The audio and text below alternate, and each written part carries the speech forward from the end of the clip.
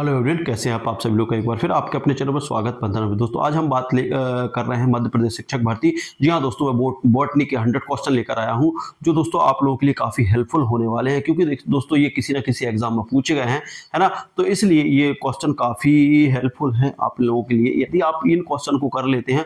और दोस्तों आप लोग मेरे जो नोट्स बना है एनसीईआरटी को उनको कंप्लीट कर लेते हैं, उनको पढ़कर ये टेस्ट लगाते हैं दोस्तों, 100% आप लोगों को सिलेक्शन की उम्मीद रहेगी। क्योंकि देखिए दोस्तों पूरा एनसीईआरटी इसमें कवर किया गया और ये क्वेश्चन इतने मोस्ट आईएमपी है, कुछ पूछिए मत ही। और दोस्तों ये सीरीज आप लोगों के लिए लगातार आती रहेगी, हर रोज आप लोगों को एक टेस्ट मिलना है ना।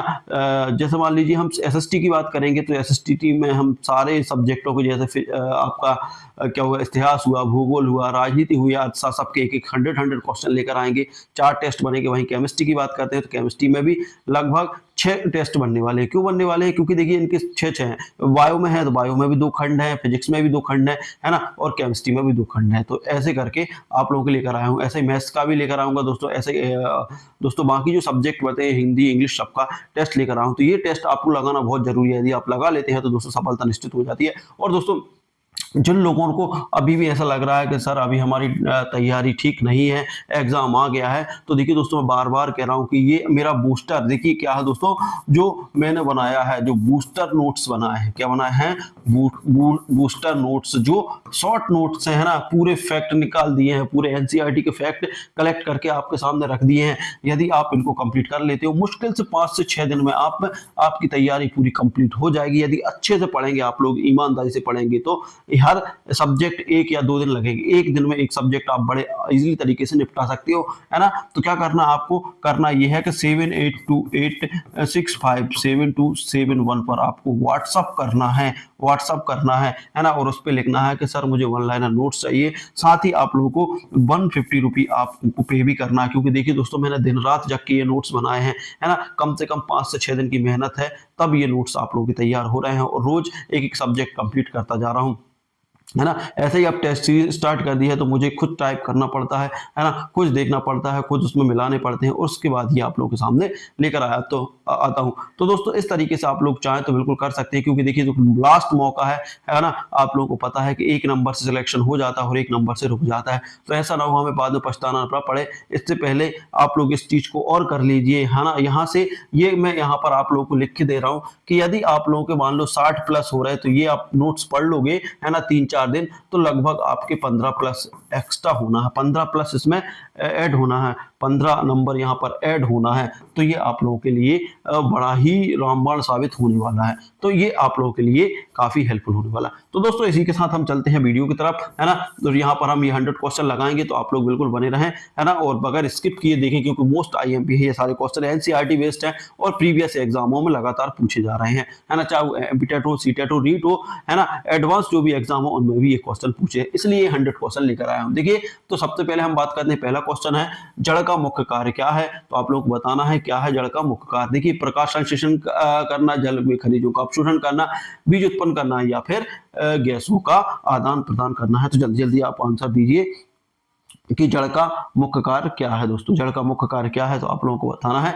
तो जड़ का मुख्य कार्य क्या होता है? जल व खनिजों का अवशोषण करना होता है, ठीक है ना। श्वसन जड़ किस पौधे में पाई जाती है, ये आप लोगों को बताना है कि जो श्वसन जड़ पाई जाती है किस में पाई जाती है। दूसरे का आंसर फटाफट दीजिए कि दूसरे का आंसर देना है आप लोगों को। श्वसन जड़ किस में पाई जाती है? गाजर, नारियल, ज्वार या अविसेनिया में। तो किस में पाई जाती है दोस्तों? जो श्वसन जड़ पाई जाती है वो अविसेनिया में पाई जाती है। आप लोगों को देखिए जल्दी जल्दी रहना है, जल्दी आपको निपटाना है। तो तीसरा क्वेश्चन की बात करते हैं। तो तीसरा क्वेश्चन है हमारा, आलू किसका रूपांतरण है। देखिए दोस्तों आलू किसका रूपांतरण बहुत बार पूछा जाता है, जड़ का है, तना का है, पत्ती का है, या फिर पुष्प का है। तो जल्दी से आप लोग आंसर दीजिए कि जो आलू है वो किसका रूपांतरण है। तो आलू किसका रूपांतरण है दोस्तों? आलू की बात करें तो ये तने का रूपांतरण है। किसका है दोस्तों? ये तने का रूपांतरण है, ये आप लोग को ध्यान रखना है। उसके बाद बात करते हैं प्याज में संग्रह अंग कौन सा है। जो संग्रह अंग रहता है वो कौन सा है ना। तना है, जड़ है, पत्ती है या फिर पुष्प है। तो आप लोगों को बताना है प्याज में संग्रह अंग कौन सा है दोस्तों। प्याज की बात करते हैं तो प्याज में जो संग्रह अंग होता है वो पत्ती होती है। जी हाँ दोस्तों, जो पत्तियां रहती हैं उनमें ही संग्रहण होता है, ठीक है ना। तो ये आप लोगों को ध्यान रखना है कि प्याज में संग्रह अंग कौन सा है, प्याज में पत्तियां होती हैं, ठीक है। उसके बाद बात है पत्ती का मुख्य कार्य क्या है। जो पत्तियां रहती हैं, पत्ती का मुख्य कार्य क्या है आप लोगों को बताना है। पत्ती का मुख्य कार्य क्या है, प्रजनन, प्रकाश संश्लेषण, बीज संरक्षण या फिर परागण। तो देखिए पत्ती का मुख्य कार्य है, आप लोगों को ध्यान रखना है क्या है, प्रकाश संश्लेषण। प्रकाश संश्लेषण की क्रिया पत्तियां करती हैं। पत्तियों में क्या पाया जाता है दोस्तों, वर्ण हरित लवक, है ना, वर्ण हरित या क्लोरोफिल जिसे बोला जाता है, जो क्या रहता है दोस्तों, ग्रीन पत्तियों को हरा रखता है, उसके कारण ही प्रकाश संश्लेषण की क्रिया होती है। उसके बाद नेक्स्ट है पर्णकांड का उदाहरण है। जो पर्णकांड है उसका उदाहरण आप लोगों को देना है। पर्णकांड का उदाहरण क्या है, क्वेश्चन नंबर 6 है ना। पर्णकांड का उदाहरण है आलू है, देखिए आलू है, प्याज है, नोपल है या फिर गाजर है। तो आप लोगों को बताना है कि पर्णकांड का उदाहरण क्या है। तो पर्णकांड का उदाहरण आप लोगों को क्या है दोस्तों, जल्दी जल्दी लगाइए। तो क्या है, नोपल है। पर्णकांड है उसका उदाहरण क्या है, नोपल है। उसके बाद बात करते हैं अगला पुष्प क्रम। देखिए कुछ क्वेश्चन ऐसे लगेंगे कि ये बहुत नए हैं, देखिए दोस्तों, इसलिए मैं टेस्ट सीरीज लेकर आया हूं कि जो क्वेश्चन वहां कंप्लीट नहीं हुए वो यहाँ कंप्लीट हो जाए, ठीक है ना। देखिए पुष्पीय क्रम है ना, का प्रकार सूरजमुखी में होता है। जो पुष्पीय क्रम का जो क्रम रहता है, पुष्प क्रम जो का प्रकार सूरजमुखी में कौन सा होता है, यह बताना आपको। रेसिमोज होता है, कैपिटुलम होता है, स्पाइक होता है या पेनिकल होता है। तो आप लोगों को बताना है। क्वेश्चन नंबर 7 का आंसर बताना है आपको क्या होता है दोस्तों। सही आंसर इसका क्या है, कैपिटुलम, है ना। जो सूरजमुखी का जो पुष्प, सूरजमुखी के जो फूल रहता है या पुष्प रहता है उसका क्रम कैसा होता है, कैपिटुलम होता है। वही बात करते हैं द्विनिषेचन की खोज किसने की थी। जो द्विनिषेचन उसकी खोज किसने की थी, महेश्वरी ने की थी, नाभराव ने की थी, मुंगेरी ने की थी या सत्रावन ने की थी। तो आप लोग को बताना है द्विनिषेचन की खोज किसने की थी दोस्तों। द्विनिषेचन की बात करते हैं तो द्विनिषेचन की खोज किसने की थी दोस्तों, मुंगेरी ने की थी। किसने की थी दोस्तों, सॉरी मुंगेरी नहीं है, नुगेली ने की थी। क्या थी, नुगेली ने की थी। उसके बाद बात करते हैं अगला क्वेश्चन है, क्वेश्चन नंबर 9 की बात करते हैं। फलियों का उदाहरण है। जो फलियां रहती हैं उनका फलियों का उदाहरण है। मटर है, गेहूं है, आम है या फिर नारियल है। देखिए दोस्तों, जिनमें फलियां पाई जाती हैं उसका उदाहरण आप लोगों को देना है।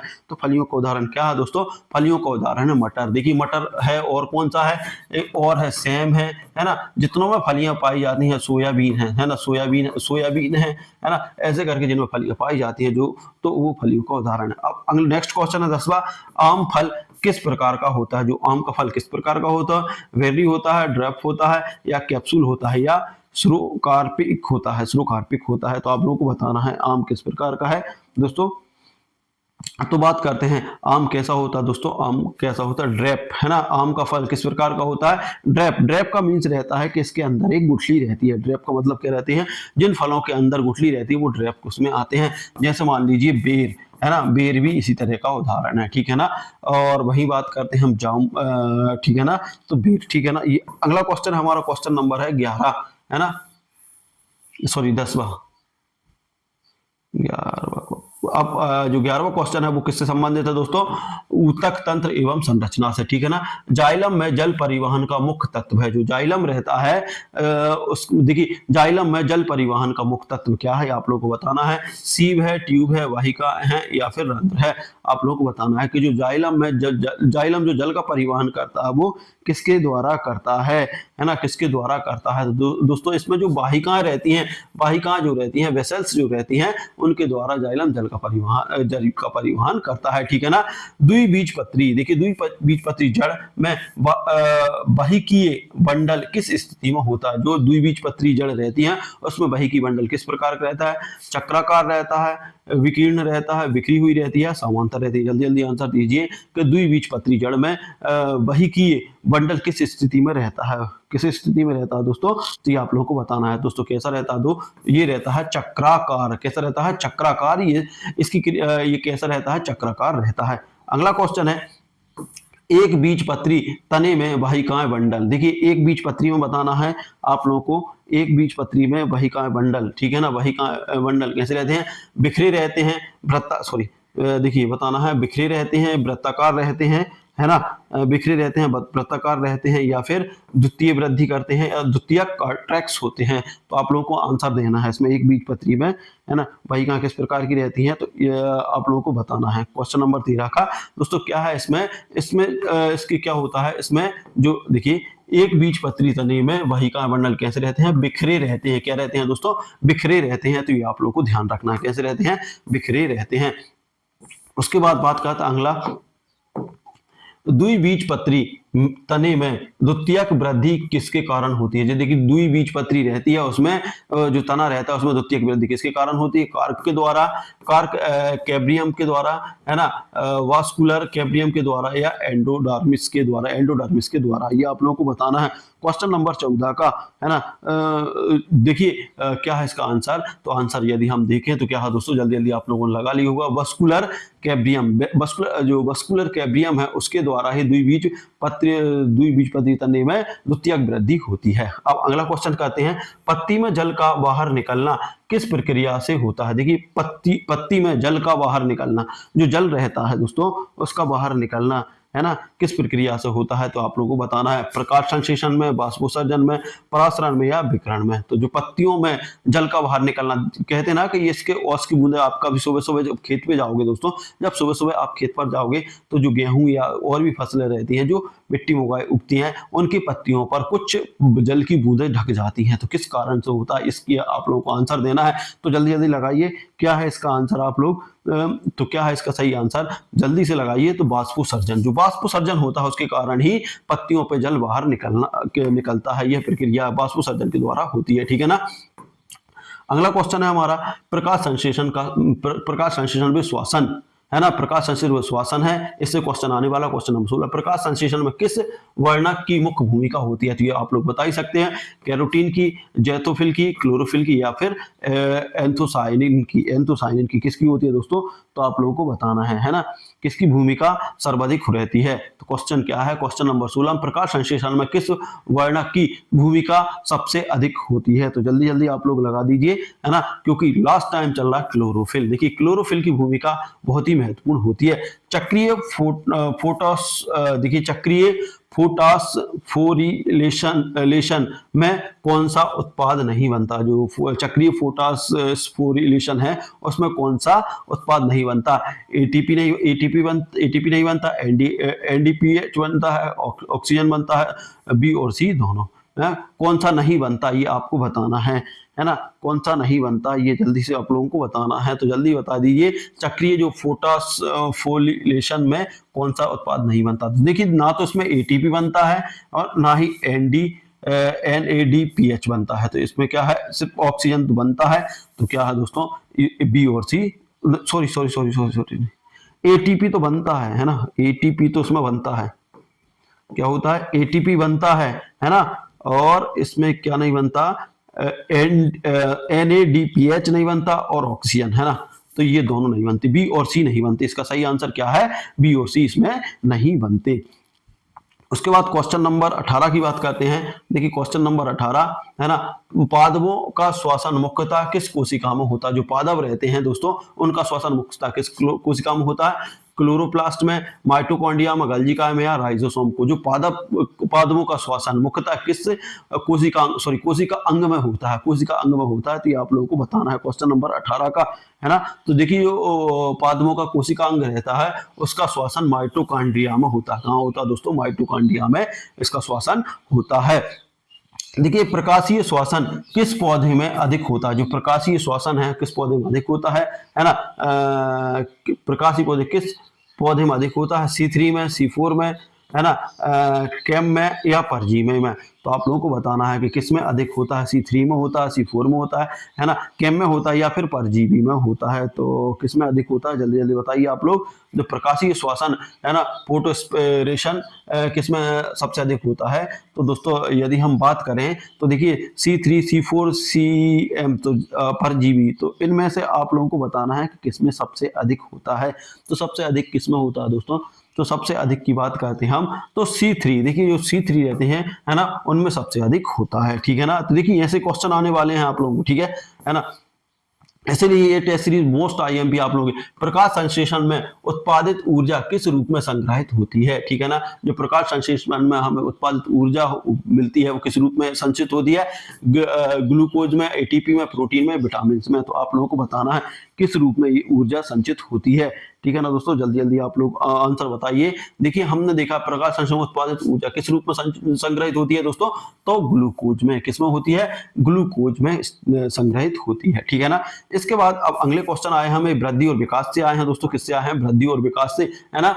देखिए ये टेस्ट सीरीज कर लेते हैं तो दोस्तों आप लोगों का पादप विज्ञान, अब यहाँ से बॉटनी आपको नहीं देखनी, बॉटनी के सारे मोस्ट आईएमपी क्वेश्चन ये हैं, और उसके बाद मैंने टेस्ट सीरीज जो आप लोगों को नोट्स दिए हैं एनसीईआरटी वो पढ़ लें तो आपका बॉटनी खत्म हो गया, ठीक है ना। वहां की आपको कहीं खगालने की जरूरत नहीं है। वृद्धि एवं विकास, बीज अंकुरण के लिए कौन सी शर्त आवश्यक नहीं है। देखिए जो जब बीज अंकुरण होता है उसके लिए कौन सी आवश्यक नहीं है, देखिए जल होना चाहिए, ऑक्सीजन होना चाहिए, प्रकाश भी होना चाहिए, उचित तापमान भी होना चाहिए। अब ये बताइए कि इनमें से कौन सी नहीं, मतलब कौन सी शर्त आवश्यक नहीं है, तो इसका आपको सही आंसर देना है। तो देखिए दोस्तों क्या होता है कि बीज अंकुरण के लिए देखिए जल का होना जरूरी है, ऑक्सीजन का भी जरूरी है, उचित तापमान होना चाहिए, प्रकाश की आवश्यकता, यदि प्रकाश ना भी हो तो भी काम चल जाएगा। अंकुरण की बात कर रहा हूं सिर्फ, क्योंकि देखिए दोस्तों यदि आप बीज को एक घर में भी रख दोगे, आप कहोगे कि नहीं सर वो प्रकाश की आवश्यकता पड़ेगी, आप बीज को क्या करोगे, है ना, एक मिट्टी लाके आप घर में रख दोगे, है ना, और उसमें हल्का सा पानी डाल देना और अच्छी खुली जगह में रख देना, तो बीज अंकुरित हो जाएगा, उसे प्रकाश की आवश्यकता नहीं होती, है ना। अंकुरण की बात हो रही है, ठीक है ना, उसके बाद की बात नहीं हो रही, ठीक है ना। वृद्धि हार्मोन्स ऑक्सिन का मुख्य कार्य है, जो वृद्धि हार्मोन्स है ऑक्सिन का मुख्य कार्य क्या है, कोशिका विभाजन, कोशिका दीर्घता, पुष्पन और फल पकना। तो आपको बताना है कि जो वृद्धि हार्मोन्स है ऑक्सिन का मुख्य कार्य क्या है। जल्दी जल्दी आप लोग जल्दी जल्दी आंसर दीजिए, तभी हमारा ये जल्दी कंप्लीट हो पाएगा, ठीक है ना।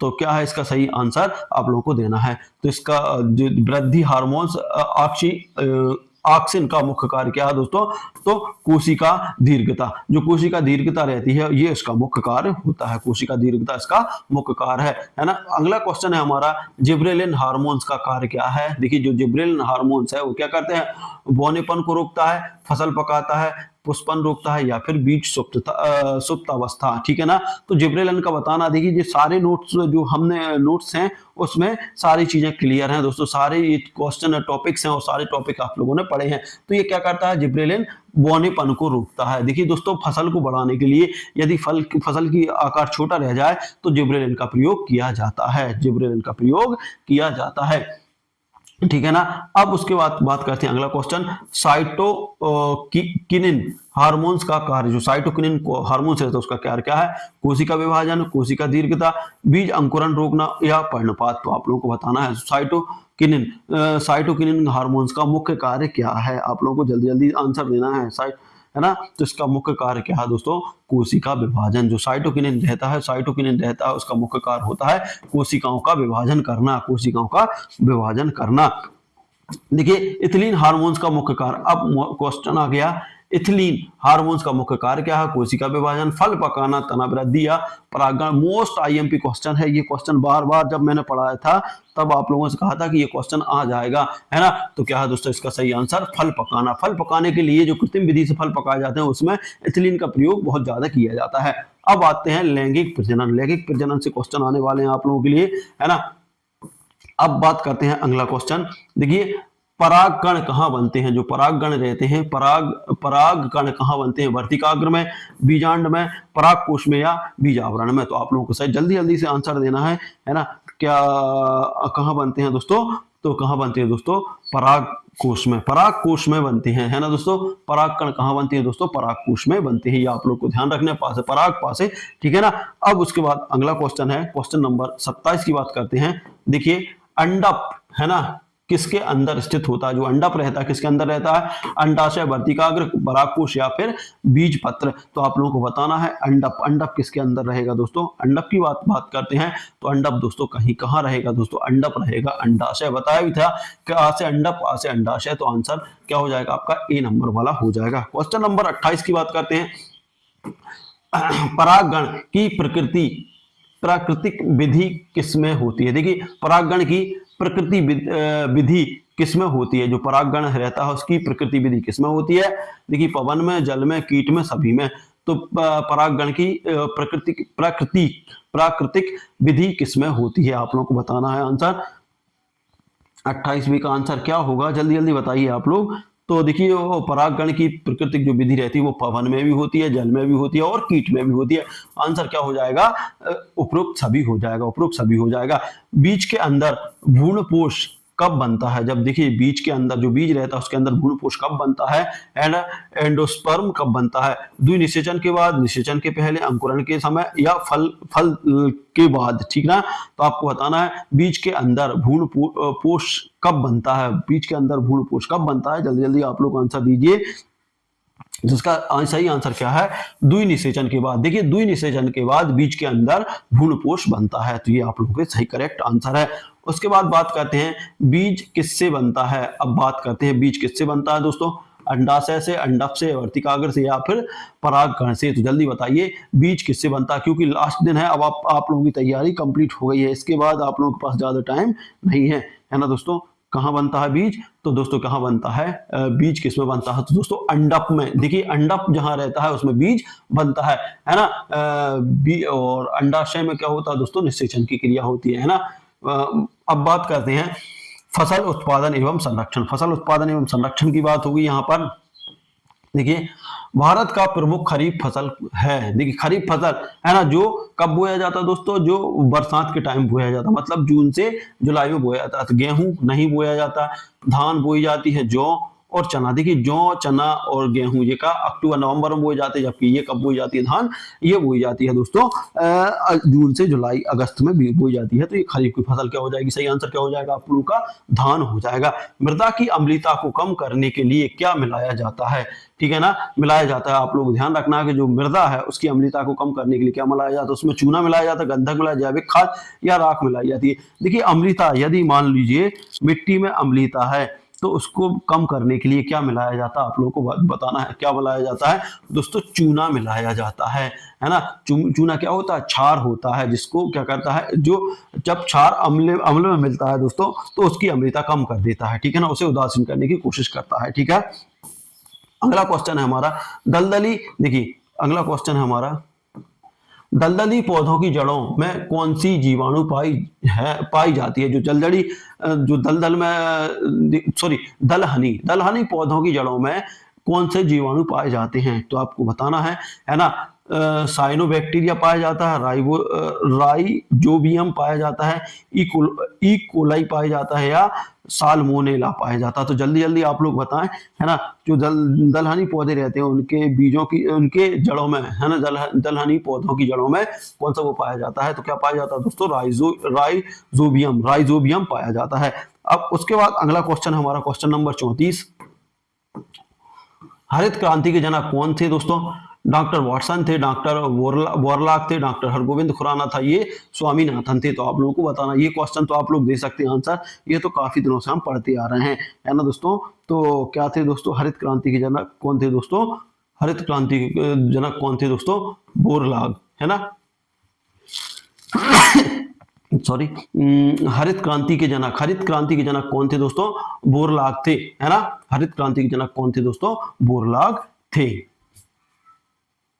तो देखिए दोस्तों हरित क्रांति के जनक बोरलॉग। देखिए अब यहाँ पे कंफ्यूजन ये है कि देखिए ये एक स्वामीनाथन भी है ना। स्वामीनाथन को भी हरित क्रांति का जनक कहा जाता है ना। तो यहाँ पर अब देखिए, अब यहाँ पर कंफ्यूजन कैसे दूर किया जाए? तो देखिए जो हरित क्रांति के जनक, देखिए जो डॉक्टर बोरलॉग थे ये कहाँ के थे? अमेरिका के थे, है ना। और अमेरिका के थे। इनने फसलों में वृद्धि, जैसे मान लीजिए पौधों में जो बौनापन रहता है उसको दूर करने के लिए बहुत सारी मेहनत की थी। और दोस्तों इन्हें नोबेल पुरस्कार से नवाजा गया, है ना। हरित और स्वामीनाथन जो भारत के थे, इन्होंने भी कृषि के क्षेत्र में काफी योगदान दिया। तो या तो देखिए दोस्तों ये एक साथ नहीं आएंगे, या तो ये एक साथ नहीं देंगे, यदि देंगे तो फिर क्वेश्चन अलग बदलेंगे। यदि मान लीजिए हरित क्रांति के जनक की बात करें तो देखिए यदि सिर्फ हरित क्रांति की जनक कर दे तो आपको स्वामीनाथन कर देना है, क्योंकि देखिए दोस्तों अब हम इंडिया का एग्जाम है, इंडिया में है तो इंडिया के हिसाब से ही चलना पड़ेगा, क्योंकि जो कॉपी चेक करने वाला आएगा वो इंडिया की बात करेगा, मतलब अपने यहाँ के वैज्ञानिकों की बात करेगा।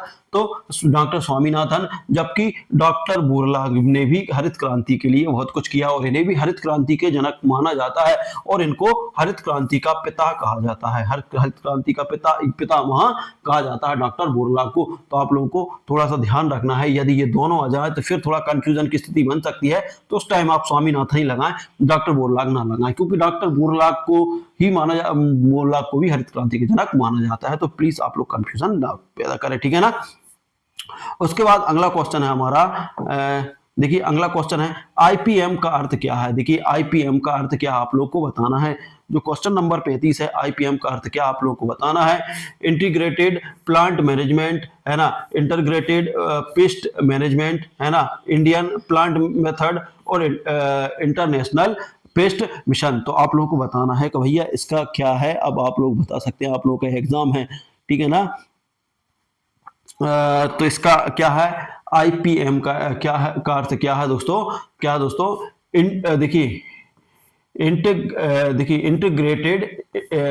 इंटीग्रेटेड पेस्ट मैनेजमेंट सिस्टम, है ना, पेस्ट मैनेजमेंट सिस्टम इसका फुल फॉर्म होता है, ठीक है ना। वन एवं मृदा संरक्षण, देखिए वन एवं मृदा संरक्षण, है ना।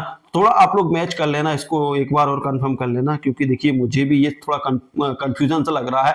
आईपीएम, है ना, इंटीग्रेटेड प्लांट मैनेजमेंट सिस्टम भी हो सकता है, और ये दोनों में से आप लोगों को थोड़ा सा चेक कर लेना इसको, ठीक है ना।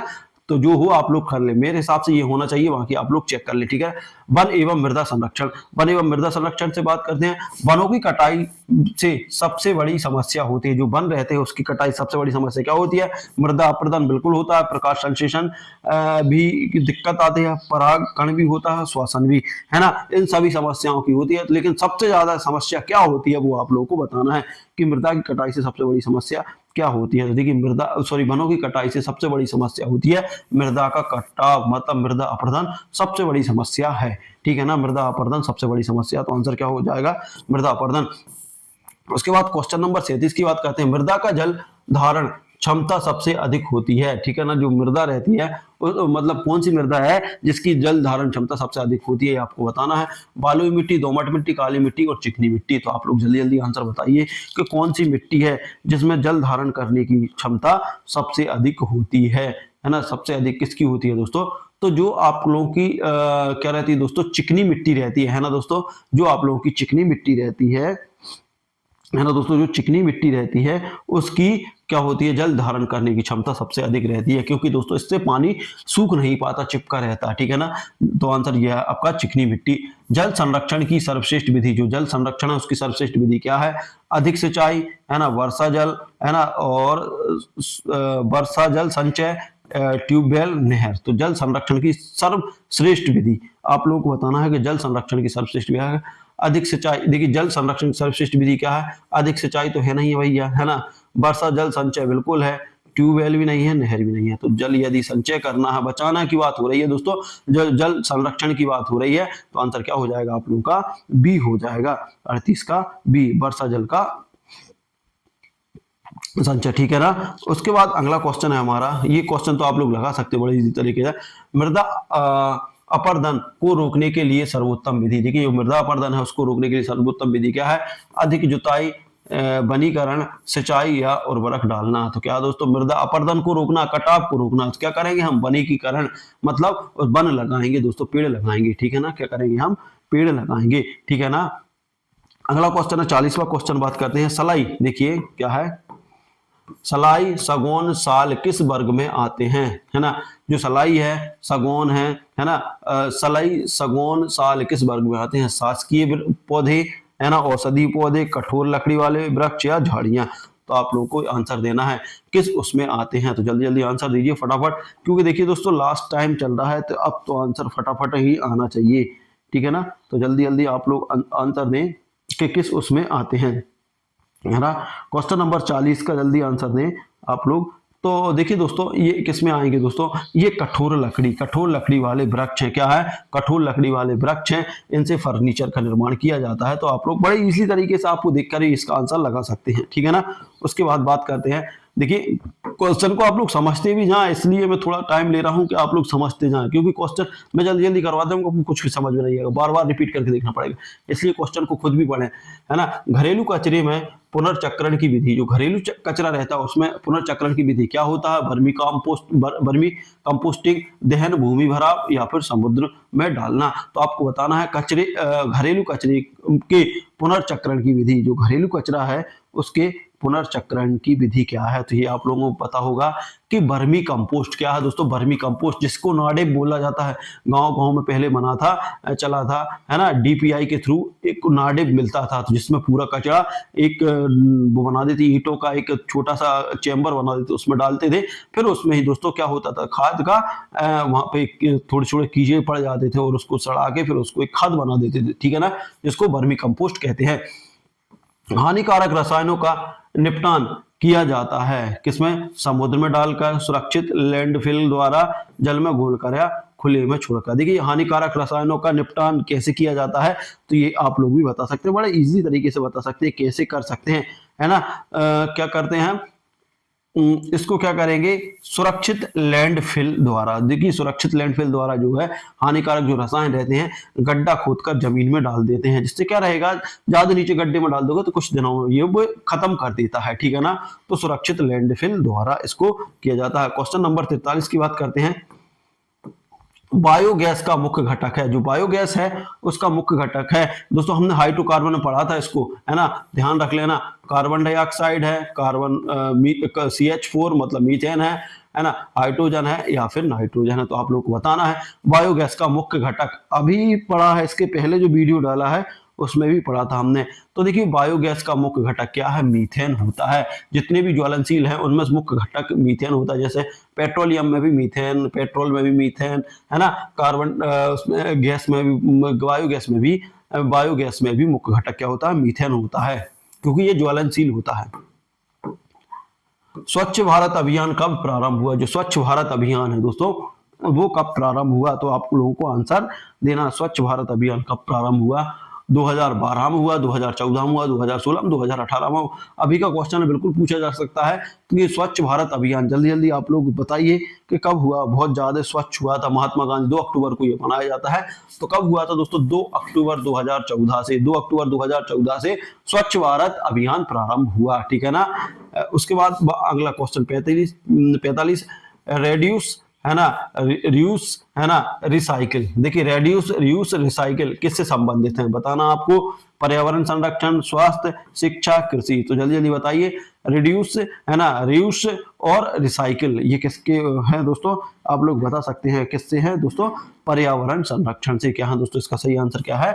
पर्यावरण संरक्षण, ठीक है ना। पर्यावरण संरक्षण में ये होती है, रिड्यूस किया जाता है, किसी रिड्यूस किया जाता है और रिसाइकिल किया जाता है, ठीक है ना। फिर उसके बाद अब देखिए पुनरावृत्ति पर आधारित प्रश्न आने वाले हैं। अब देखिए हमने जो पढ़ लिया उसकी पुनरावृत्ति करेंगे। परागकण में सहायक कीट हैं, जो परागकण रहते हैं उसमें सहायक कीट कौन होते हैं? मधुमक्खी, तितली, पतंगे या फिर सभी। तो आप लोग बताना जो परागकण में सहायक, है ना, परागकण में क्या होते हैं दोस्तों? सहायक की बात करते हैं तो सहायक कौन होते हैं? तो ये आप लोग को बताना है, जल्दी जल्दी बताइए। परागगण में सहायक क्या होते हैं? देखिए परागगण का मतलब रहता है, मतलब इधर से उधर ले जाने में, है ना, जो रहता है वो मधुमक्खी भी रहती है, तितली भी रहती है और पतंगे मतलब वो पतंग नहीं उड़ाने वाले कीड़े रहते हैं छोटे छोटे, उनको पतंगे बोलते हैं। तो क्या करते हैं ये एक फूल पर के बैठते हैं और वहां से इनका परागकण लेकर अन्य जगह चले जाते हैं। तो देखिए परागगण सहायक कीट हैं। तो क्या है दोस्तों? उपरोक्त सभी, मधुमक्खी, तितली, पतंगे, ये सब उसके सहायक है, ठीक है ना। क्वेश्चन नंबर 47 की बात करने वाले हैं। बीज में आवृत बीजी के भ्रूणपत्रक कितने होते हैं? ठीक है ना दोस्तों, बीज के आवृत बीजी के भ्रूणपत्रक कितने होते हैं? तो आपको बताना है 1 या 2। देखिए 1 या 2 होते हैं, 3 होते हैं, 4 होते हैं, 5 होते हैं। बीज में आवृत बीजियों के भ्रूणपत्रक कितने होते हैं? तो आप लोगों को बताना है। क्वेश्चन नंबर 47 की बात करने वाले हैं। तो क्वेश्चन नंबर 47 का आंसर आपको देना है 1 या 2 होते हैं, है ना। बीज पत्र में आवृत बीजियों में भ्रूणपत्रक कितने होते हैं? 1 या 2 होते हैं। आमतौर पर प्रकाश संश्लेषण दिन में अधिक होता है, प्रातः, दोपहर, रात, शाम। बताना आपको कि प्रकाश संश्लेषण के लिए क्या आवश्यक है और किस टाइम सबसे अधिक होगा, है ना। देखिए प्रकाश संश्लेषण में सबसे अधिक आवश्यकता किसकी होती है, सूर्य की, और सूर्य सबसे अधिक कब प्राप्त होता है दोस्तों, दोपहर में। तो आंसर क्या हो जाएगा, दोपहर इसका सही आंसर हो जाएगा। अगला क्वेश्चन है फल बनने के बाद, अगला क्वेश्चन है फल बनने के बाद किसका अवशेष बीज पर दिखाई देता है, परागकण का, बीजांड का, बीजावरण का, या फिर बीजपत्रक का। आप लोग को बताना है फल बनने के बाद किसका अवशेष। देखिए दोस्तों फल बनने के बाद किसका अवशेष उसमें दिखाई देता है, बीज में दिखाई देता है। तो आंसर आप लोगों को बताना है किसका दिखाता है दोस्तों, बीज आवरण। जो बीज आवरण रहता है उसका अवशेष बीज पर दिखाई देता है, जो बीज आवरण रहता है उसका अवशेष दिखाई देता है। गेहूं किस वर्ग का पौधा है ना, एक बीजपत्री, द्विबीजपत्री, शैवाल, फफूंद। देखिए ये बताए थे मैंने उस टाइम जब हमने पढ़ा था, एक बीजपत्री, दो बीजपत्री में सारी चीजें बता दी हैं। तो क्या है दोस्तों, ये एक बीजपत्री है ना, जो गेहूं है वो एक बीजपत्री पौधे का उदाहरण है, वर्ग का उदाहरण, ठीक है ना। अगला है प्रकाश संश्लेषण व श्वसन। अगला क्वेश्चन है प्रकाश संश्लेषण और श्वसन से देखेंगे हम। CH4 है ना, पादप का उदाहरण है। जो CH4 है पादपों का उदाहरण आपको बताना है ना। गेहूं है ना, मक्का है, धान है, या सरसों है, ठीक है ना। जो कार्बन 4 C4 है ना, उसका हमें उदाहरण बताना है कि कौन है इनमें से, उसका उदाहरण जल्दी जल्दी आप लोग बताइए। C4 जो रहते हैं दोस्तों वो क्या है, इसका सही आंसर क्या है, गेहूं, मक्का, धान या सरसों। तो सही आंसर क्या हो जाएगा, मक्का हो जाएगा। इसका उदाहरण क्या है, मक्का है। केल्विन चक्र है ना कहां पर होता है, जो केल्विन चक्र रहता है, केल्विन चक्र या साइकिल कहां होता है, स्टोमेटा में है ना, थाइलाकोइड में है, माइटोकॉन्ड्रिया में, या साइटोप्लाज्म में। ये आप लोग को ध्यान रखना है केल्विन चक्र कहां पर होता है। जल्दी जल्दी आंसर दीजिए आप लोग, कहाँ होता है दोस्तों, क्या होता है दोस्तों, स्ट्रोमा में होता है। सॉरी इसको स्ट्रोमेटा पढ़ दिया, स्ट्रोमा है ना। केल्विन चक्र कहाँ पर होता है, स्ट्रोमा में होता है, स्ट्रोमा में होता है। जल्दी जल्दी में क्या होता है कि कुछ का कुछ बोल दिया जाता है। प्रकाश संश्लेषण का उप उत्पादक क्या होता है, जो उप उत्पादक क्या होता है प्रकाश संश्लेषण में, कार्बन डाइऑक्साइड इसकी आवश्यकता होती है, नहीं सकता, ऑक्सीजन है ना, ये भी हो सकता है ATP या फिर NDPH। तो आप लोगों को बताना है प्रकाश संश्लेषण का उप उत्पादक क्या है।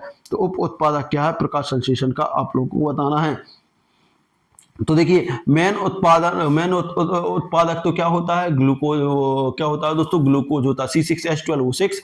और जो उप उत्पादक होता है ऑक्सीजन होता है, ठीक है ना। तो ये आप लोग को ध्यान रखना है। श्वसन का अंतिम उत्पाद, जब श्वसन होती है दोस्तों तो उसका अंतिम उत्पाद क्या होता है, श्वसन का अंतिम उत्पाद क्या होता है, ATP plus H2O plus carbon dioxide, AT plus oxygen, glucose, NADH। तो श्वसन का अंतिम उत्पाद, जब श्वसन होता है, श्वसन की क्रिया हो जाती है, तो अंतिम उत्पाद क्या होता है, ये आप लोग को बताना है। जल्दी जल्दी बताइए क्या होता है।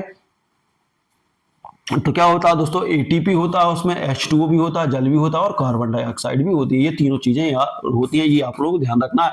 उत्पादों में जल परिवहन किसके द्वारा होता है, जो पादपों में जल परिवहन किसके द्वारा होता है, फ्लोएम द्वारा, जाइलम द्वारा, कैम्बियम द्वारा, या कॉर्टेक्स द्वारा। ये क्वेश्चन तो आप लोग बता सकते हैं बहुत अच्छे तरीके से, ये जब पढ़ाया था तो समझाया था। तो देखिए जाइलम जो रहेगा वो जल का, जा से जल, जाइलम का जल का परिवहन करेगा, फा से फ्लोएम, फा से फल, है ना। जो फल वाली खाने वाली चीजें रहती हैं वो फ्लोएम करेगा, ठीक है ना। पौधों में वृद्धि एवं विकास की बात करेंगे, ठीक है, पौधों में वृद्धि एवं विकास। जड़ों में वृद्धि किसके कारण होती है दोस्तों, शिखर विभ्यजोतक द्वारा, है ना, पार्श्व विभ्यजोतक द्वारा, अंत विभ्यजोतक द्वारा, है ना, और प्रोकैम्बियम द्वारा। तो आप लोग बताना जो पादप है, पादपों में वृद्धि विकास किसके द्वारा होता है, पादपों में वृद्धि और विकास किसके द्वारा होता है, आप लोगों को इसका आंसर देना है। जल्दी जल्दी दीजिए, इसका आंसर क्या है। देखिए जो पादपों में जड़ों में वृद्धि किसके कारण होती है, जो शिखर जड़ों में वृद्धि किसके कारण होती है, तो किसके कारण होती है दोस्तों, शिखर विभ्यजोतक द्वारा, है ना। शिखर विभ्यजोतक द्वारा जो जड़ें रहती हैं उसमें वृद्धि होती है, ठीक है ना। आप लोगों को ध्यान रखना। इथिलीन का उपयोग किया जाता है, देखिए बीज अंकुरण रोकने में, फल पकाने में, जड़ वृद्धि में, या पुष्पन रोकने में। देखिए अब भी हाल इससे पहले भी ये क्वेश्चन आ चुका है ना। आप लोगों को यदि ध्यान हो तो किसको, फल पकाने में इथिलीन का उपयोग किया जाता है ना। इसके बाद देखते हैं हम आगे। इसके बाद अगले क्वेश्चन की बात करते हैं। तो ये देखिए क्वेश्चन आप मोस्ट आईएमपी आपको ध्यान रख लें, है ना। एथिलीन का उपयोग हमेशा ध्यान रख लें फल पकाने में किया जाता है। इसके बाद किस हार्मोन्स को एंटी एंगिंग हार्मोन्स कहते हैं? एंटी एंगिंग हार्मोन्स किसे कहा जाता है, ये आप लोग को ध्यान रखना है। साइटोकिनिन को, ऑक्सिन को, जिब्रेलिन को या फिर एथिलीन को। किस किस हार्मोन्स को एंटी एंगिंग, देखिए एंगिंग हार्मोन्स कहा जाता है। तो आप लोग जल्दी जल्दी आंसर दीजिए किसको कहा जाता है। तो जो दोस्तों रहता है साइटोकिनिन, जो साइटोकिनिन रहता है, साइटोकिनिन रहता है, उसे एंटी एंगिंग हार्मोन्स कहा जाता है, एंटी एंगिंग हार्मोन्स कहा जाता है। मोस्ट आईएमपी देखिए ये क्वेश्चन किसी ना किसी एग्जाम में पूछे गए हैं, तो आप लोग बिल्कुल अच्छे से। जिब्रेलिन की खोज किसने की थी? जो जिब्रेलिन था उसकी खोज किसने की थी? जिब्रेलिन हार्मोन्स की कुरोसावा ने, है ना, डार्विन ने, है ना, साचेव ने या फिर वायसिन ने। तो आप लोगों को बताना है जिब्रेलिन की खोज किसने की थी। तो जल्दी जल्दी आप लोग आंसर दीजिए, है ना। जिब्रेलिन की खोज किसने की थी? तो कुरोसावा, जो कुरोसावा थे उनने जिब्रेलिन की खोज की थी। और जिब्रेलिन का मुख्य हार्मोन्स की मुख्य विशेषता क्या है? यह बौने पौधे, जो बौने छोटे रह जाते हैं, उनमें यदि हम इस हार्मोन्स का उपयोग करें तो उनमें वृद्धि होने लगती है। तो ये वृद्धि हार्मोन्स के नाम से भी जाना जाता है। तो आप लोगों को याद रखना। फ्लोरिजन, फ्लोरिजन क्या है? पुष्पन प्रेरण हार्मोन्स, फल पकाने वाला हार्मोन्स, या जड़ वृद्धि वाला हार्मोन्स, या प्रकाश संश्लेषण वाला। तो फ्लोरिजन क्या है? तो आप लोगों को बताना है जो फ्लोरिजन है उसका बताना है फ्लोरिजन क्या है। देखिए क्या है दोस्तों, फ्लोरिजन क्या है? पुष्पन प्रेरक हार्मोन्स, जो पुष्पों को प्रेरण पहुंचाता है, प्रेरित करता है, पुष्पन प्रेरक हार्मोन्स है। फ्लोरिजन क्या है? पुष्पन प्रेरक। देखिए फा से फ्लोरिजन, फ्लोरिजन मतलब फा से फ्लोवर, फ्लोवर का संबंध किससे होगा? फूल, फूल मतलब पुष्प। ये ऐसे आप लोग याद कर सकते हैं। अब बात आती है प्रजनन, प्रजनन से हम क्वेश्चन लेने वाले हैं। फूल का नारी जननांग मतलब स्त्री जननांग कौन सा? बार बार बताया था आप लोगों को। देखिए परागकोश होता है, वर्तिकाग्र होता है, पुकेसर होता है, या पुष्पासन होता है। तो आप लोगों को बताना है। तो देखिए फूल का नारी जननांग मतलब स्त्री जननांग कौन सा है? जल्दी जल्दी बताइए आप लोग। तो क्या होता है दोस्तों, ये इसका वर्तिकाग्र जो होता है, स्टिग्मा होता है, वो स्त्री जननांग होता है, जबकि पुकेसर होता है वो नर जननांग होता है ना। पुष्पासन उसमें रहता है ना। परागकोश अलग चीज, ठीक है ना। तो ये आप लोग वर्तिकाग्र क्या है? स्त्री जननांग होता है या नारी जननांग होता है। और पुकेसर जो होता है, पुंकेसर जो रहता है वो पुरुष जननांग होता है। नर गैमीटोफाइटा क्या है? नर गैमीटोफाइटा क्या है? ये आप लोगों को बताना है। नर गैमीटोफाइटा क्या है? देखिए परागकण है, बीजांड है, वर्तिका है या अंडाशय है। तो जल्दी जल्दी आप लोग आंसर अपने टिक करिए, है ना। क्या है दोस्तों, इसके बात करते हैं। तो ये है क्या है दोस्तों, इसका परागकण है। देखिए क्या है दोस्तों, परागकण। नर गैमीटोफाइटा क्या है? तो ये है एक परागकण है। कैसा है? नर गैमीटोफाइटा परागकण होते हैं, ठीक है ना। ये आप लोगों को ध्यान रखना है। अगला क्वेश्चन है आवृतबीजी पौधों में निषेचन। जो आवृतबीजी रहते हैं ना, आवृतबीजी पौधों में निषेचन किसके द्वारा होता है ना। परागनलिका द्वारा, वर्तिकाग्र द्वारा, बीजावरण द्वारा, भ्रूण द्वारा। तो आपको बताना है जो आवृतबीजी पौधों में निषेचन किसके द्वारा होता है। तो आप लोग जल्दी जल्दी अपने आंसर दीजिए। किसमें होता है? आवृतबीजी में। जो पराग नलिका रहती है दोस्तों, पराग नलिका रहती है, उसके कारण आवृतबीजी पौधों में निषेचन होता है। आवृतबीजी पौधों में निषेचन किसके द्वारा होता है? पराग नली द्वारा है। बीज अंकुरण के प्रकार कितने होते हैं? देखिए जो बीज का अंकुरण रहता है वो कितने प्रकार के होते हैं? एक प्रकार, दो, तीन, चार। तो आप लोगों को बताना है बीज अंकुरण के कितने प्रकार होते हैं। जल्दी जल्दी आंसर लगाइए। बीज अंकुरण के प्रकार कितने होते हैं? बीज अंकुरण के दो प्रकार होते हैं। कितने होते हैं? दो प्रकार होते हैं, ठीक है ना। ये सारे आप लोगों को जो नोट्स प्रोवाइड हुए हैं, सारे क्वेश्चन वहां के हैं, सारे वहां से आए हैं, ठीक है ना। किस पौधे में, देखिए किस पौधे में हाइपोजीन, है ना, जर्मिनेशन होती है ना। जर्मिनेशन होती है किस पौधे में? हाइपोजन जर्मिनेशन होती है, ठीक है ना। सरसों में, मटर में, गेहूं में, अरहर में। तो आप लोगों को बताना है किस पौधे में हाइपोजन जर्मिनेशन होती है, ठीक है ना। तो आप लोग जल्दी जल्दी आप लोग बताइए क्या किसमें होती है? तो दोस्तों जो मटर रहता है, मटर रहता है उसमें होती है हाइपो जर्मिनेशन होती है, ठीक है ना। अगली फसल उत्पादन एवं प्रबंधन की बात करते हैं, ठीक है ना। अगला है नीली क्रांति किससे संबंधित है? देखिए नीली क्रांति किससे संबंधित है? मत्स्य उत्पादन, दुग्ध उत्पादन, अनाज या फिर फल उत्पादन। तो जो नीली क्रांति का संबंध जल्दी जल्दी बताइए किससे संबंधित है, तो आप लोग जल्दी बताएं।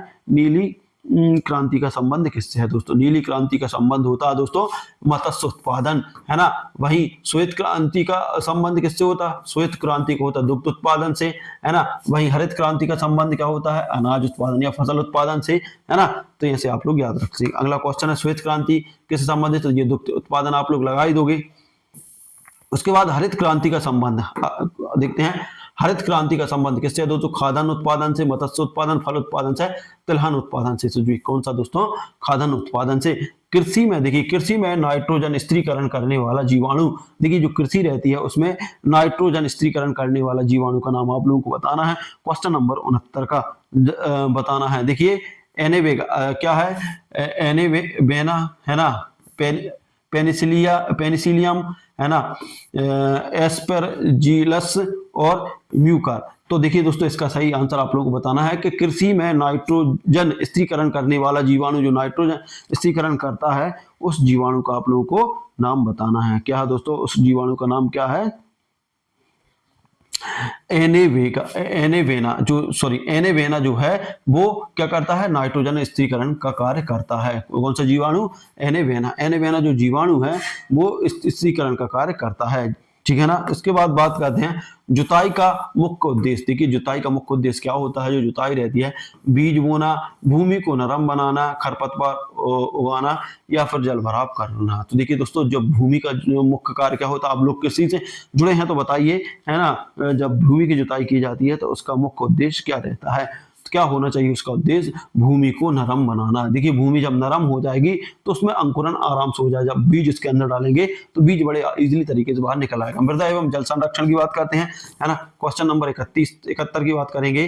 तो मृदा में नाइट्रोजन की कमी से पौधों की पत्तियां कैसी हो जाती हैं? देखिए दोस्तों यदि मिट्टी में नाइट्रोजन कम है तो जो पौधे रहते हैं उनकी पत्तियां कैसी हो जाती हैं? हरी हो जाती है, पीली हो जाती है, लाल हो जाती है, बैंगनी हो जाती हैं। तो जल्दी जल्दी आप लोग आंसर बताइए कि कैसी हो जाती है, इसकी पत्तियां कैसी हो जाती हैं दोस्तों? इसकी पत्तियां पीली हो जाती हैं, है ना। मृदा में यदि नाइट्रोजन की कमी आ जाती है तो दोस्तों जो पौधे रहते हैं उनकी पत्तियां पीली हो जाती हैं। मृदा में कार्बनिक पदार्थ कहलाता है, जो कार्बनिक पदार्थ वो कहलाता है ह्यूमस कहलाता है, राख कहलाता है, सिलिका कहलाता है, काली मिट्टी कहलाता है। जो मिट्टी रहती है, मृदा रहता है, उसको कार्बनिक पदार्थ कहलाता है। क्या कहलाता है आप लोगों को बताना है। जो उसमें कार्बनिक पदार्थ रहता है दोस्तों उसमें क्या कहलाता है? ह्यूमस कहलाता है। ये सारी चीजें आप लोगों ने पढ़ी हुई है। और उसके बाद आता है बांगर भूमि सुधार हेतु। जो देखिए बांगर भूमि सुधार हेतु सर्वश्रेष्ठ विधि क्या है? सिंचाई है, वनीकरण है, उर्वरक डालना है या फिर अधिक जुताई है। जो बांगर भूमि रहती है, बांगर भूमि है, उसको सुधार के लिए क्या आवश्यक है, क्या आप करना चाहेंगे? तो दोस्तों जो बांगर भूमि रहती है मतलब बंजर भूमि है, उसमें वनीकरण कर दो, है ना। वनीकरण मतलब वहां वन लगा दो, फिर उसके बाद ये सुधर जाएगी, है ना। बहाव या रन ऑफ रोकने की विधि, जो बहाव या रन ऑफ रोकने की विधि क्या है आप लोगों को बताना है। समोच्च जुताई, गहरी जुताई, अधिक सिंचाई या फिर और अधिक उर्वरक। जो बहाव रहता है, रन ऑफ रोकने की विधि क्या है? तो जल्दी जल्दी बताइए आप लोग क्या है इसकी क्या है दोस्तों? समोच्च जुताई। देखिए जो समोच्च जुताई रहती है, यदि हम ये करते हैं तो उसको बहाव रोका जा सकता है, ठीक है ना। अगला क्वेश्चन है जल संरक्षण का सर्वोत्तम उपाय। देखिए जल संरक्षण का सर्वोत्तम उपाय कौन सा है? वर्षा जल संचयन, ट्यूबवेल, अधिक सिंचाई, तालाब सुखाना। तो दोस्तों क्या है सही आंसर आप लोग? ये हो चुका है ना, वर्षा जल संचय, ठीक है ना। कचरा प्रबंधन। अब देखिए कचरा प्रबंधन से भी क्वेश्चन आएगा। कचरा प्रबंधन देख लो। प्लास्टिक कचरा किस प्रकार का है ना। बायोडिग्रेडेबल, है ना, नॉन बायोडिग्रेडेबल, खाद्य अपशिष्ट या फिर वर्मी कंपोस्ट। जो प्लास्टिक का कचरा रहता है तो वो आप लोगों को बताना है किस प्रकार का कचरा है। यहाँ से क्वेश्चन 100% बनेगा। तो यार दोस्तों क्या होता है दोस्तों, देखिए बायोडिग्रेडेबल जो ऐसा कचरा रहता है जो वातावरण में ही नष्ट हो जाए, ठीक है ना दोस्तों, मतलब नष्ट हो जाए और दोबारा फिर उसका हम रिसाइकिल हो जाए। ये क्या होता है दोस्तों, नॉन बायोडिग्रेडेबल, मतलब ये समझिए कि प्लास्टिक ऐसी चीज है यदि आप कितने ही साल कहीं भी पड़ी रहे तो वो दोस्तों खत्म नहीं होती है ना, डिस्ट्रॉय नहीं होती दोस्तों, है ना, तो ये नॉन डिग्रेडेबल है।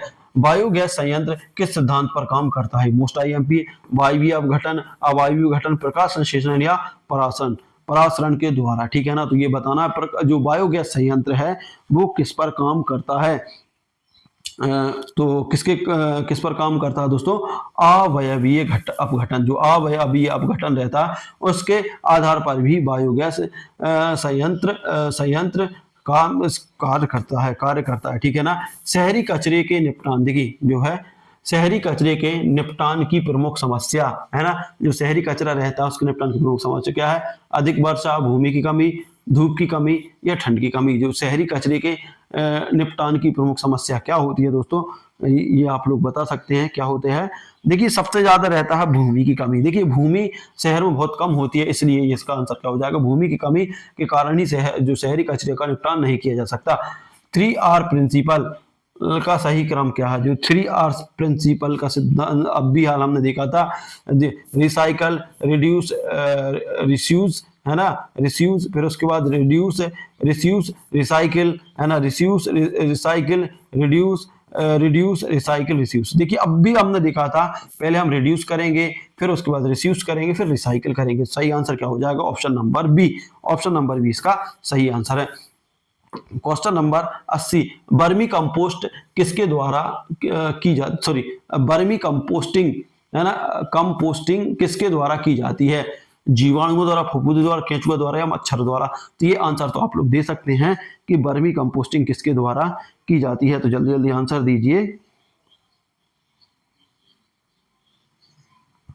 क्या है इसका सही आंसर, केंचुए द्वारा। देखिए दोस्तों केंचुए को किसान का मित्र भी कहा जाता है, केंचुए को किसान का मित्र कहा जाता है, सांप और केंचुए दोनों को किसान का मित्र कहा जाता है।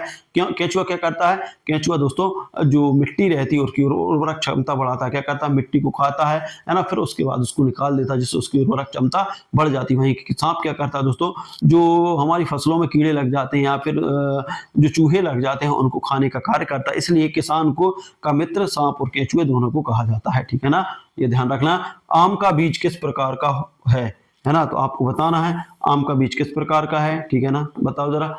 एक बीज पत्री, द्विबीजपत्री, एंडोस्पर्मिक या त्रिबीजपत्री है, तो आपको बता लो आम का बीज किस प्रकार का है। ये सारी चीजें आप लोग को बताई जा चुकी हैं, पढ़ाई जा चुकी हैं। तो आम का बीज कैसा दोस्तों, द्विबीजपत्री, आम का बीज कैसा है, द्विबीजपत्री होता है, ठीक है ना। गेहूं में कौन सी, देखिए हाँ, गेहूं में कौन सी सिरा विन्यास पाई जाती है, मोस्ट आईएमपी, समांतर, जालिका युक्त, दोनों, कोई नहीं। तो अब आपको बताना है कि जो गेहूं रहता है, गेहूं की पत्तियों में कैसी सिरा विन्यास पाई जाती है। ये सारे क्वेश्चन हम लोग पढ़ चुके हैं और हमारे नोट्सों में बहुत अच्छे से दिए हैं। कैसे पाई जाती हैं दोस्तों, समांतर पाई जाती हैं। कैसी पाई जाती हैं, समांतर पाई जाती हैं। जालिका युक्त किसमें पाई जाती हैं, जालिका युक्त पाई जाती है आम का पेड़ हुआ, है ना, और आम के पेड़ हुआ, है ना, इनमें जालिका युक्त पाई जाती है, ठीक है ना। आम, जामुन, ये बहुत सारे पेड़ हैं, पीपल, ये इनमें जालिका युक्त पाई जाती है। पादप कोशिका भित्ति मुख्यतः किससे बनी होती है, देखिए पादप कोशिका की पूछ रहा, लिपिड से, सेल्यूलोज से, प्रोटीन से, डीएनए। तो आप लोग जल्दी जल्दी बताएं कि पादप कोशिका किससे बनी होती है, पादप कोशिका किससे बनी होती है। तो ये क्वेश्चन बड़ा ही इजी क्वेश्चन है, सेल्यूलोज से बनी होती है। देखिए क्वेश्चन बार बार पढ़ रहे हैं उसके बाद भी, ठीक है ना। अब अगला क्वेश्चन है हमारा 84 क्वेश्चन, बीज का आवरण किससे बनता है, जो बीज रहता है उसका आवरण किससे बनता है, अंडक से, अंडाशय से, बीजांड से या फिर भ्रूण से। ये क्वेश्चन भी रिपीट हुआ है दोस्तों, और इसको जब मैंने पढ़ाया था तो बहुत अच्छे से आप लोगों को समझा था, है ना, कि जो बीज का वो क्या किससे बना होता है।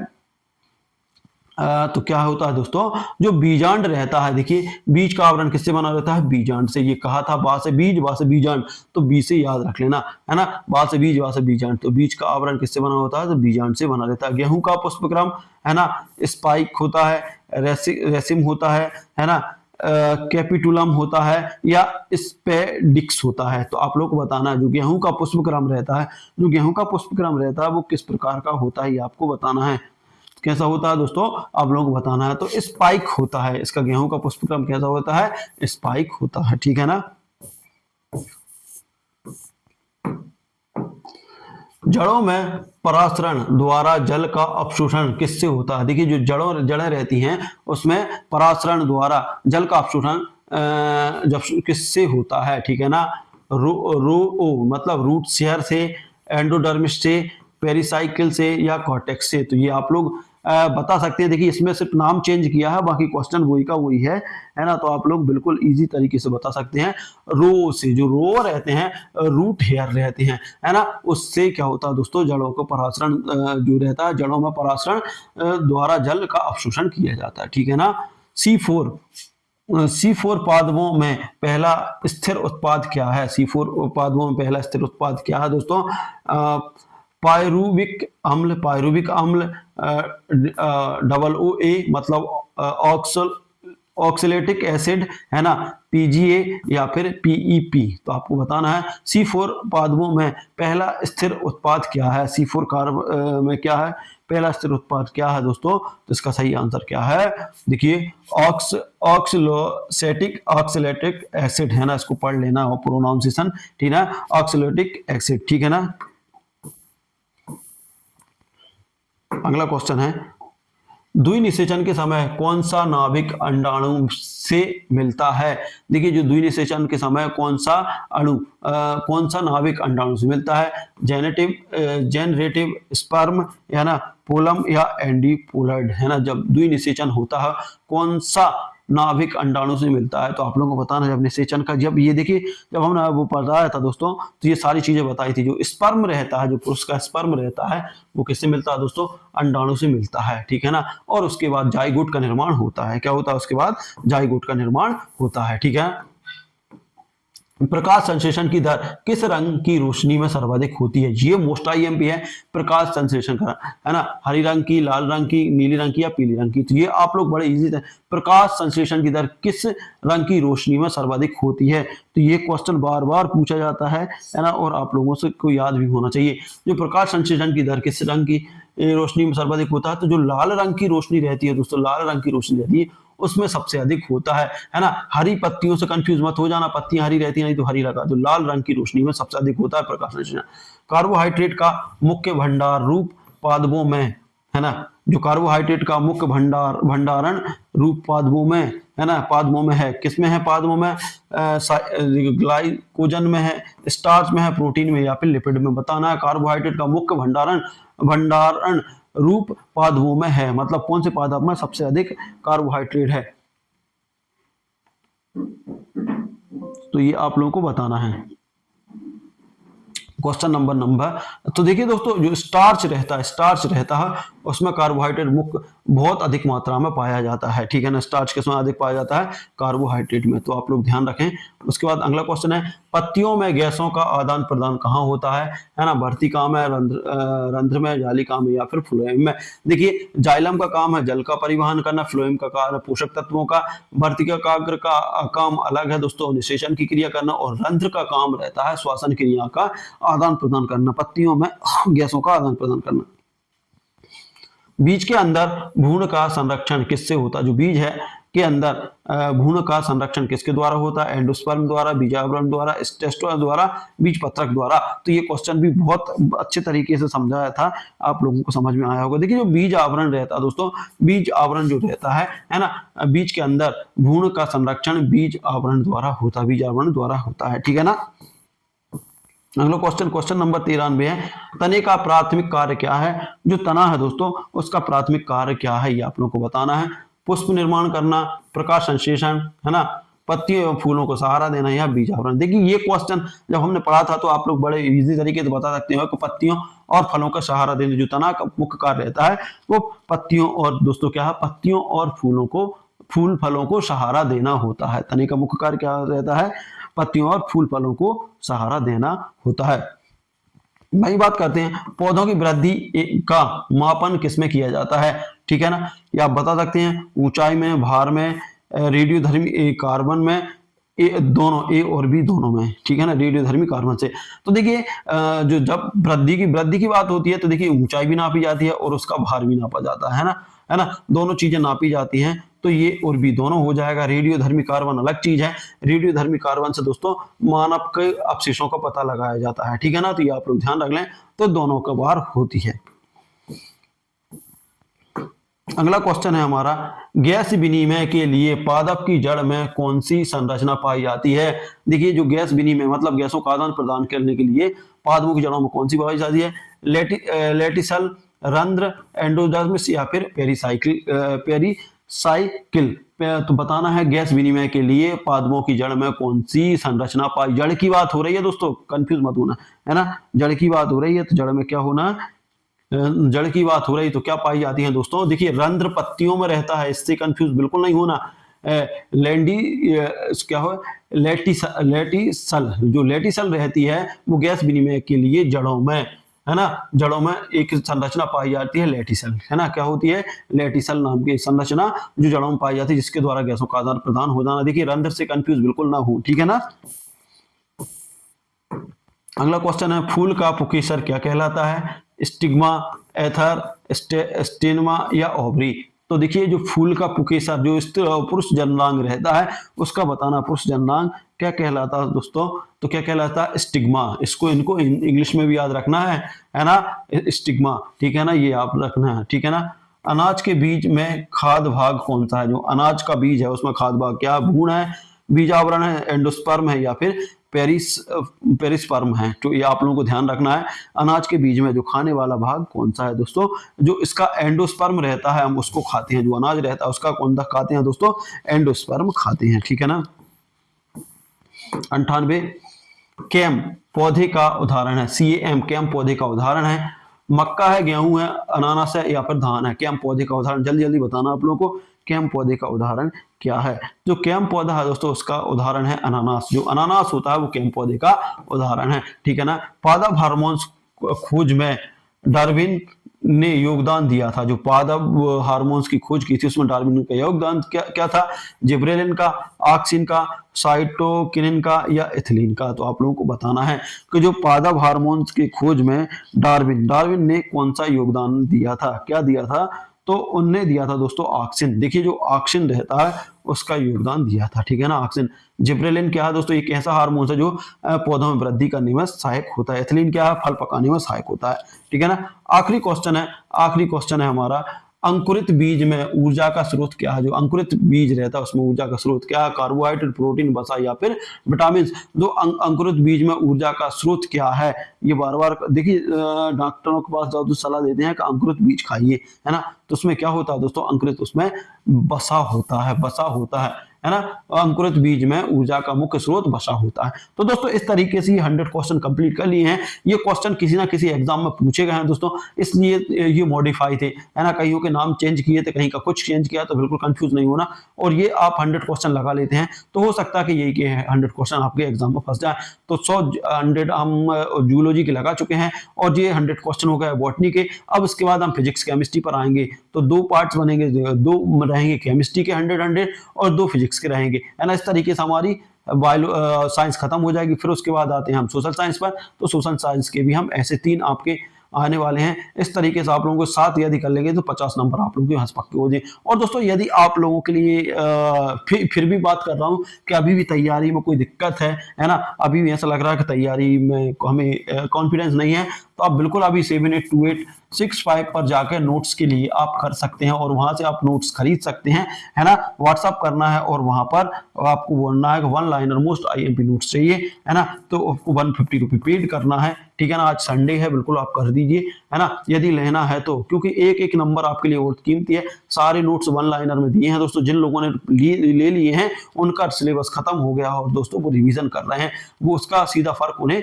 जब एग्जाम हॉल में एग्जाम देने जाएंगे तब पता चलेगा। तो यदि आप लोगों को भी चाहिए तो बिल्कुल आप व्हाट्सएप कर सकते हैं और जल्दी से जल्दी ले सकते हैं। मिलते हैं अगले वीडियो में, तब तक ले जाए जय भारत।